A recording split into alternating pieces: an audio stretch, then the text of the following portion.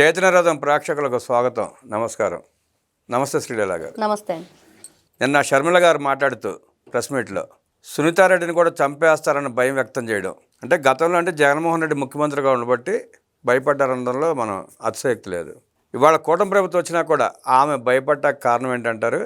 నిజంగా ఇప్పుడు జరుగుతున్న మటర్లు చనిపోయిన వ్యక్తులను కానీ సాక్షులు కానీ తెరమరుగుతున్న పరిస్థితి మనం చూస్తున్నాం. ఈ నేపథ్యంలో ఆవిడ మాట్లాడటంలోని భయం సునీతారెడ్డిని కూడా చంపేస్తారేమో అన్నంత భయపడతా చెప్తుంది ఆవిడ. షర్మిల గారు అలా మాట్లాడటానికి లోతైన కారణం ఏమైనా ఉందంటారా?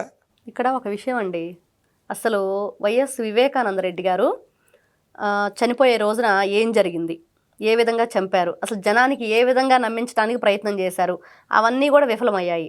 ఎలాగైనా సరే సునీతారెడ్డి వచ్చేటప్పటికి అసలు బరియలు చేసేసి కార్యక్రమాన్ని అంతా ఫినిష్ చేద్దాం అనుకున్నారు. ఏది కూడా జరగల. అక్కడికక్కడే ప్రతి ఒక్కటి కూడా సునీత గారు మాట్లాడుతుంటే ఆవిడ ఫోన్లో ఆవిడకి తెలియటం మర్డర్ చేశారని చెప్పేసి ఇదంతా పోలీస్ కేసు పెడదామా, ఇవన్నీ వన్ బై వన్ వస్తున్నాయి. కానీ ఈ 6 సంవత్సరాల్లో మీరు అన్నట్లుగా ఇప్పుడు జరిగిన 6 సంవత్సరాల్లో అసలు జగన్మోహన్ రెడ్డి స్వయాన మా బాబాయిని చంపేశారు, నారాసుర రక్త చరిత్ర అని చెప్పేసి సాక్షి ఛానల్ సాక్షిగా పెట్టాడు. మరి ఆయనే ముఖ్యమంత్రిగా వచ్చాక ఎందుకు ఛేదించలేకపోయాడు?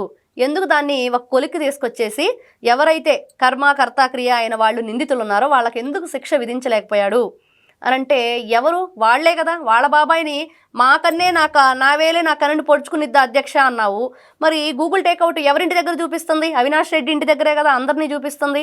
మరి ఎందుకు నీ కారు నడిపిన డ్రైవర్ హైదరాబాద్ నుంచి ఏదైతే పులివెందుల వరకు ఆ డ్రైవర్ ఎందుకు చనిపోయాడు? ఈ రోజున ప్రతి ఒక్కరూ ఇదే ఆలోచిస్తున్నారు. అనుమానాస్పదంగా 6 సాక్షులు కూడా చనిపోయారు. నిన్నగా మొన్న రంగయ్య పెద్ద ఆయన అసలు కొన్ని రోజులుంటే ఆయనే పాపం వెళ్ళిపోయే పరిస్థితి. అట్లాంటి వ్యక్తిని కూడా వీళ్ళు చంపేశారు. వాళ్ళ భార్య కూడా అదే అనుమానం వ్యక్తపరుస్తుంది. బాగానే ఉన్నాడు, మరేదో తీసుకొచ్చి పెట్టాము, స్లో పాయిజన్ రకరకాలు ఉన్నాయి. మరి ఈ రోజున ఎందుకు కూటమి ప్రభుత్వం వచ్చాక కూడా సునీత గారి మీద ఏదన్నా జరిగిద్దా అనంటే, అసలు ఇవన్నీ విచారణ జరగటానికి ఆవిడే మెయిన్. ఏదైనా సరే ఎవరైతే మా నాన్నను చంపారో వాళ్ళకి శిక్ష పడి తీరాలని ఆవిడే గట్టిగా ప్రయత్నం చేస్తుంది. మరి ఆ వ్యక్తే లేకపోతే అసలు ఎవరు అనేది మరుగున పడిపోతుంది, ఎవరు పట్టించుకోని పరిస్థితి. అందుకోసమే ఈ రోజున జగన్మోహన్ రెడ్డి గారు 16 నెలలు జైల్లో ఉండి 12 సంవత్సరాల నుంచి బెయిల్ మీద ఉంటూ బయట మరి ఏ విధంగా వ్యవస్థలను మేనేజ్ చేస్తూ ఈ రోజుకు కూడా మరి మొన్న 2019 నుంచి 24 వరకు ఆంధ్రప్రదేశ్ రాష్ట్రంలో ఎన్ని విధాలుగా స్కాములు జరిగినాయి. మద్యం కుంభకోణం, పీడిఎస్ రైస్ మాఫియా, మరి ఇసుక, మరి భూ కుంభకోణాలు ఒకటి కాదు.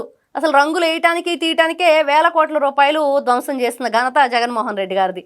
మరి ఈ రోజున నిజంగా షర్మిల గారు అన్నట్లుగా ఖచ్చితంగా సునీత ప్రాణానికి హాని ఉంది. ప్రతి ఒక్కరూ, ఆవిడే కాదు ఆంధ్రప్రదేశ్ రాష్ట్ర ప్రజల్లో కూడా ఈ అనుమానం ఉంది. దస్తగిరిని మొన్న ఎవరైతే వాళ్ళ భార్యని బెదిరించారో కొంతమంది ఆడవాళ్ళు వచ్చి, వాళ్ళంతా కూడా అవినాష్ రెడ్డి ఫ్యాన్స్ అంట. మరి వాళ్ళు వచ్చేసి ఆవిడని బెదిరించి, నేను 1 నెల రోజుల లోపుగా ఇలానే మాట్లాడితే నీ భర్త జగన్మోహన్ రెడ్డికి అవినాష్ రెడ్డికి వ్యతిరేకంగా ముక్కలుగా నరికి చంపుతామని. మరి మీడియా సాక్షిగా జగన్మోహన్ రెడ్డి గారు చెప్పారు, మా బాబాయిని నరికి చంపారని. మరి అన్నిసార్లు నరకటం ఈయనకి ఎట్లా తెలిసింది? మరి ఇతను వీడియో కాల్లో చూశాడా అనేది కూడా అనుమానం వస్తుంది ఇప్పుడు. మరి నిజంగా షర్మిల గారికి ప్రాణహాని ఉందా అంటే నిజంగా ఆవిడకి సెక్యూరిటీ ఇవ్వాలండి. ఎందుకంటే ఆవిడ వాళ్ళ తండ్రి కోసం ఏ విధంగా 6 సంవత్సరాల నుంచి పాప నిర్విరామంగా పోరాడుతుంది. నిజంగా దోషులు తెలియాలి. ముందల ప్రజలకి 2019లో ఏ బాబాయి చావును అడ్డం పెట్టుకొని గద్దెనెక్కాడో జగన్మోహన్ రెడ్డి, మరి బాబాయిని చంపేశారు, తండ్రి లేడు, మరి తల్లి చెల్లి అన్న వదిన బాణం అని చెప్పి షర్మిలాని ఏ విధంగా వాడుకున్నాడు. మరి ఈ రోజున అదే షర్మిల వీళ్ళకి చేదయింది. మరి ఈ విధంగా వీళ్ళని చూసుకుంటే నిజంగా రాష్ట్ర ప్రజలు ఏం కోరుకుంటున్నారంటే, ఎవరైతే నిందితులు ఉన్నారో వాళ్ళకి శిక్ష పడాలి అని. మీరు సునీతారెడ్డి గారికి సెక్యూరిటీ ఏమని అడుగుతున్నారు. షర్మిల గారు ఏమడుగుతున్నారంటే, అవినాష్ రెడ్డి బెయిల్ క్యాన్సిల్ చేసి లోపల వేయమంటున్నారు. అవినాష్ రెడ్డి బయట ఉండి చావుల పరంపర కొనసాగుతూనే ఉంటుంది. సునీతారెడ్డికి కూడా రక్షణ ఉండదు, ఆమెను కూడా లేపేసే పరిస్థితి ఉంటుంది. కాబట్టి అసలు అవినాష్ రెడ్డి బెయిలే క్యాన్సిల్ చేయమంటుంది. మీరు ఏకోపిస్తారా? ఖచ్చితంగా అండి. ఎందుకంటే ఈ రోజున కాకాని గోవర్ధన్ రెడ్డి అనే వ్యక్తిని చూస్తున్నాం. అతను పోలీసుల్ని ఏ విధంగా మాట్లాడాడంటే, బట్టలు ఉడది సమాజం ముందు నిలబెడతానన్నాడు. మరి అదే పోలీసులు ఈ రోజున అరెస్ట్ చేయడానికి, అరెస్ట్ వారెంట్ పేపర్లు ఇవ్వడానికి, విచారణకు రమ్మని అడగటానికి వస్తే కనిపించకుండా దొంగ పోలీసు ఆట ఆడుతున్నాడు పోలీసులతోటి. వాళ్ళని లిటరల్లీ అవమానపరుస్తున్నాడు. మరి అదేవిధంగా వీళ్ళు వ్యవస్థల్ని గౌరవించరు. వీళ్ళు అధికారంలో ఉన్నప్పుడు, ప్రజాప్రతినిధులుగా ఉన్నప్పుడు ప్రజలకు ఎటువంటి సహాయ సహకారాలు ఉండవు. వాళ్ళని ఏ విధంగా పరిపాలించాలో తెలియదు.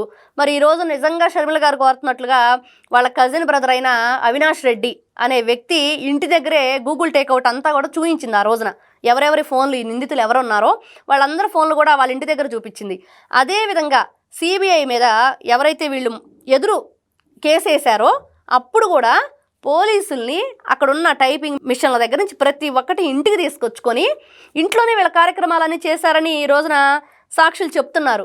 మరి ఇన్ని విధాలుగా వ్యవస్థలను మేనేజ్ చేసే వ్యక్తులు బయట ఉంటే ఖచ్చితంగా వాళ్ళ ఎవరైతే కజిన్ సిస్టర్ ఉందో సునీతకి ప్రాణహాని ఉంది. కాబట్టి షర్మిల గారు నిజంగా కరెక్ట్గానే అడిగారు. దాన్ని అయితే అందరూ ఏకీభవించే విషయం అది. శ్రీలత గారు సునీతారెడ్డి గారికి సెక్యూరిటీ అడుగుతున్నారు. షర్మిలారెడ్డి గారేమో అవినాష్ రెడ్డి బెయిల్ రద్దు చేసి లోపల వేయమంటున్నారు. ప్రజలేమో వైఎస్ జగన్ రెడ్డి బెయిల్ రద్దు చేసి తిహార్ పంపిస్తే కానీ ఈ సమస్యలకు పరిష్కారం దొరకదని చెప్పి అంటున్నారు. ప్రజలు ఏమనుకుంటున్నారో కామెంట్ రూపంలో తెలియజేయండి. నమస్కారం.